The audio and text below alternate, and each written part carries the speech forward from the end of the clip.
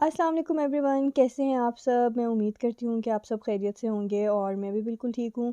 तो जनाब अपना आज का व्लॉग स्टार्ट करते हैं। और यहाँ पे सुबह का टाइम हो गया था और मैं अपना नाश्ता लेके बैठी हुई थी, विंडो के पास इंजॉय कर रही थी। आप लोग भी मुझसे ज़रूर शेयर कीजिएगा कि आप लोग ब्रेकफास्ट में क्या क्या लेना पसंद करते हैं। मेरा मोस्ट फेवरेट जो है ना वो होता है पीनट बटर और एक कप चाय, क्योंकि मैं पसंद करती हूँ कि मैं नाश्ता लाइट ही करूँ। बहुत हैवी जो है ना वो मुझसे उठते साथ खाया नहीं जाता। तो अपने बेटे के लिए और हस्बैंड के लिए तो मैं बना देती हूँ, लेकिन अपने लिए जो है ना मैं बस इस तरह कुछ हल्का-फुल्का सा, और एक कप चाय तो मस्ट है, उसके बगैर तो मेरे दिन का ना आगाज़ ही नहीं होता। और फिर उसके बाद मैं थोड़ा-सा टाइम स्पेंड करती हूँ अपने बेटे के साथ। आजकल मैं सोच रही हूँ कि अब कुछ ऐसी एक्टिविटीज़ इसके साथ करूँ, क्योंकि 2 साल का हो गया है, तो कुछ इसकी लर्निंग स्टार्ट हो। तो ये मैं इसके लिए टॉयज़ लेके आई थी और वो बड़ा एन्जॉय कर रहा था इसको, क्योंकि हम मोस्टली लड़कों के लिए ले आते हैं, कार्स ले आते हैं और इस तरह के टूल्स ले आते हैं। तो मुझे ख़्याल आया कि कुछ डिफरेंट लेके आती हूँ, तो मैं उसके लिए ये फ्रूट्स लेके आई। तो वो उसने काफ़ी एन्जॉय किए, लर्निंग भी थी और बड़ा उसको मज़ा आ रहा था, कलरफुल से थे और मेरे लिए भी एक ये न्यू एक्सपीरियंस था। तो मैं सोच रही थी कि इस तरह के टॉयज़ जो है ना वो अब उसके लिए लेती रहा करूँ, डिफरेंट जो हों, वरना बहुत टिपिकल हो जाते हैं लड़कों के टॉयज़ ना। तो उसके बाद फिर मैंने सोचा कि अब थोड़े से घर के काम भी कर लेते हैं, और ये जो था कुछ ग्रॉसरी हॉल था जो मैंने आपके साथ शेयर करना था, और मैंने अपनी जो पेंट्री थी उसको भी ऑर्गेनाइज़ करना था। तो मैंने सोचा कि वो भी मैं आपसे शेयर कर लूँ। यहाँ पे मैं कुछ नई सॉसेस और ये जो सारा स्टफ़ होता है, oyster sauce, Worcester sauce, hot sauce, sriracha, मुझे बहुत होता है कि मैंने हर वक्त जो है ना हर चीज़ अपनी उसमें रखी होती है ग्रॉसरी में, ताकि किसी भी वक़्त क्विकली कुछ भी बनाना पड़े तो मेरे एटलीस्ट ये वाले इंग्रीडिएंट्स जो है ना ये बस हर वक़्त होने चाहिए। तो यहाँ पे मैंने सोचा कि क्या किया जाए इसका बेस्ट हल जो है। तो मेरे पास ये बास्केट्स पड़ी हुई थी, तो मैंने इसमें जो सारी बॉटल सॉसेस वग़ैरह थी उनको अरेंज कर लिया था इसमें। और इससे बड़ा आसान हो जाता है, वरना अगर आपने ये शेल्फ़ पे सब कुछ रखा हो ना तो आपको जल्दी में चीज़ें मिलती भी नहीं है, और फिर आपको जल्दी में जब निकालनी पड़ती हैं तो सारी चीज़ें जो है ना वो डिसऑर्गेनाइज़ हो जाती हैं। तो ये मुझे अच्छा लगा कि ये जो चाइना मार्केट्स होती हैं, ये जो स्टॉल्स होते हैं, यहाँ पे आपको ये ईज़िली ये वाली बास्केट्स मिल जाएँगी। इस तरह की मल्टीपल मैंने बास्केट्स लेके रखी हुई हैं ड्रॉवर्स वगैरह में, और इस तरह मैं चीज़ें जो है ना इनमें ही अरेंज करके रखती हूँ।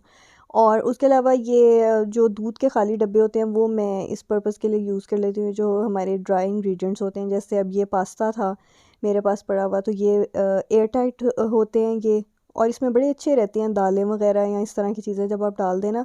और अभी मैं आपसे एक वीडियो शेयर करूँगी जिसमें आप इनको डेकोरेट भी कर सकते हैं। और अभी तो मैंने इनको भी बिल्कुल जिस तरह ये पड़े हुए थे उसमें डाल के रख दिए थे। तो अगर आपको शौक़ हो कि आप उस पे थोड़ी-सी एफ़र्ट करें, तो आप इनको अपनी मर्ज़ी से पेंट करके किसी भी तरह से डेकोरेट करके तो अपने किचन में आप डिस्प्ले में भी रख सकते हैं। मैंने क्योंकि ये अलमारी में रखने थे तो मैंने इनमें फ़िलहाल ऐसी चीज़ें डाल दी थी। स्पेगेटी जो थी वो मैंने छोटे डब्बे में डाली थी, और ख़ैर वो थोड़ी-सी एफ़र्ट के बाद ही पूरी आई थी। तो ये ब्राउन बास्केट में मैंने सारी अपनी जो सॉसेस थी उनको अरेंज कर दिया था। और ये इस तरह जो स्पाइसेस होते हैं ये काफ़ी ज़रूरी तो ये बहुत होते हैं, क्योंकि आपने कोई भी इटालियन रेसिपीज़ बनानी है, पास्ता पिज़्ज़ा वगैरह कुछ भी बनाना है तो ये बहुत यूज़ होते हैं। लेकिन आम रूटीन में ये बहुत ज़्यादा फ्रीक्वेंटली यूज़ नहीं होते।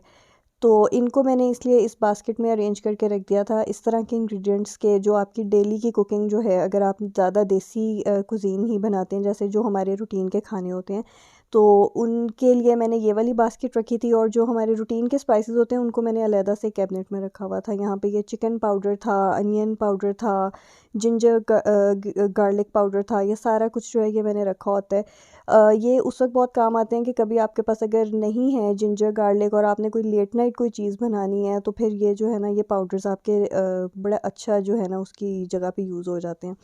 तो ये जो थी कैबिनेट ये मैंने इस तरह से अरेंज कर दी थी। अब आप देख सकते हैं मैंने सारे जो हैं चीज़ें ऑर्गेनाइज़ कर दी थी।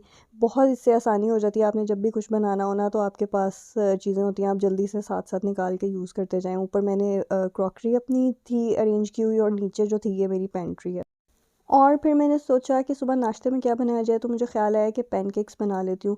तो मैं क्या करती हूँ कि अक्सर पैनकेक्स का जो मिक्सचर है ना, जो बैटर होता है, उसको मैं रात को ही रेडी करके रख लेती हूँ। फिर सुबह आपके लिए काफ़ी आसानी हो जाती है, आप बस किचन में जाएँ और पैन में आप उनको रेडी करते जाएँ, तो वो बड़ी जल्दी से ब्रेकफ़ास्ट बन जाता है। अब यहाँ पे जो है मैं 2 तरह के पैनकेक्स बना रही थी। एक मैं अपने लिए बना रही थी जिसमें मैं इंस्टेंट ओट्स डाल रही थी, और एक मैं अपने बेटे के लिए और अपने हस्बैंड के लिए बना रही थी जो रेगुलर पैनकेक्स होते हैं। तो दोनों को मैंने अब मैं आपको दिखा रही थी कि दोनों को मैंने इक्वली किस तरह से पोर्शन करके और इनका बैटर जो था ना वो बनाया था। ये मैं ओट्स डाल रही हूँ और एक एग लिया था इसमें, और मीठे के जो मैंने मीठे की रिप्लेसमेंट की थी वो मैंने इस तरह से किया था कि इसमें मैंने ये बनानास, अच्छा बनानास को आप ना फ्रीज़ भी कर सकते हैं।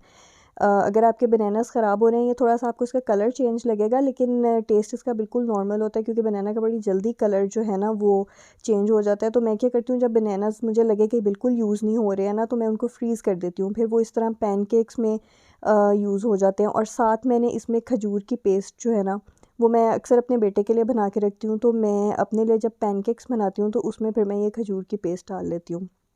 और जो रेगुलर पैनकेक्स थे उसकी तो आप सबको रेसिपी पता है, उसमें चीनी और बेकिंग सोडा, बेकिंग सोडा और बेकिंग पाउडर तो ओट्स वाले में भी डलता है, लेकिन जो मैं डिफ़रेंस आपको बता रही हूँ वो यही है कि आप नेचुरल इंग्रेडिएंट से भी उनको मीठा कर सकते हैं, और आपको बिल्कुल ये नहीं फ़ील होगा कि आपने कोई अपने लिए कोई फ़र्क चीज़ बनाई है। टेस्ट डेवलप करने की बात है और माइंडसेट की बात है। बैटर जो था वो मैंने बना के फ्रिज में रख दिया था, और यहाँ पे मैं बर्गर्स बना रही थी।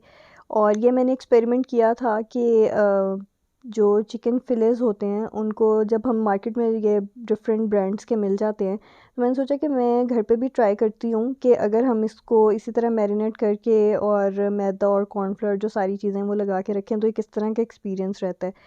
तो टेस्ट वाइज़ तो अच्छा था, लेकिन एक जो मुझे इसमें कमी लगी थी कि ये हार्ड बहुत हो गए थे, उसकी मुझे समझ नहीं आई। मुझे अब मैं जब दोबारा ट्राई करूँगी तो मैं आपसे शेयर करूँगी।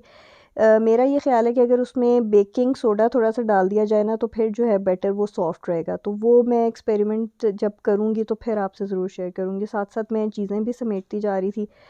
तो बहरहाल ये अब चिकन जो था यहाँ पे फ्राई हो रहा था, और इसके मैंने साथ सॉस बना ली थी। बन तो ये बहुत इजीली गया था, आपका कोई इतना मैरिनेशन का वो इशू नहीं होता है, आपके बस फ्रीज़र से निकालें।